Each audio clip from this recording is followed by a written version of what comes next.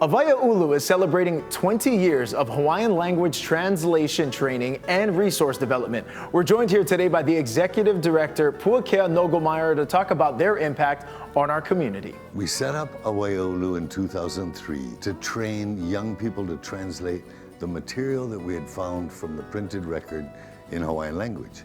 And it had been dormant for 100 years. Revitalization was happening, but people weren't being trained to handle that older material, either the context or the language that's in it. So we took on training young people to make a generation of resource people. And of that came text like this. This is Ke Kumu Aupuni. What can people expect to learn from this? Well, this is actually the product of training.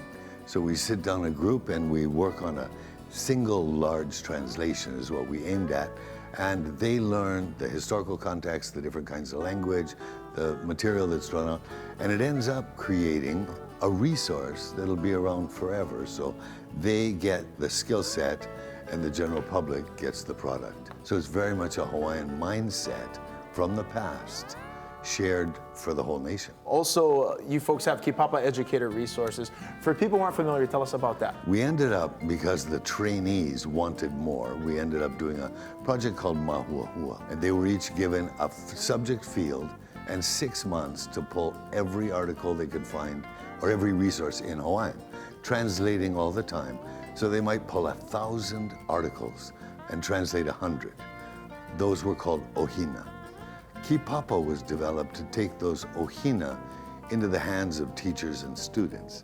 So Kipapa took each of those fields and developed a whole curriculum from kindergarten to 12th grade and made the same data, the same kind of information and knowledge available at a hand's reach. They've got escape rooms and they've got games and they've got narratives and they've got 1,000 articles. The way that people receive the Ike now is just, it's different now. There's many ways, and so Kipapa approaches it's sort of a makabalu, you know, shoot the arrows in every direction, and the ones that hit are gonna hit. One of the pieces of that is the mele, and for each of the fields, the ohina in Kipapa, they created mele that the kids are really responding well to.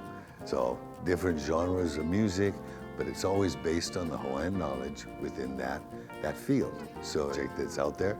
There's a registration for it. It's on the Awaiaulu website. Really see it as a renaissance of knowledge.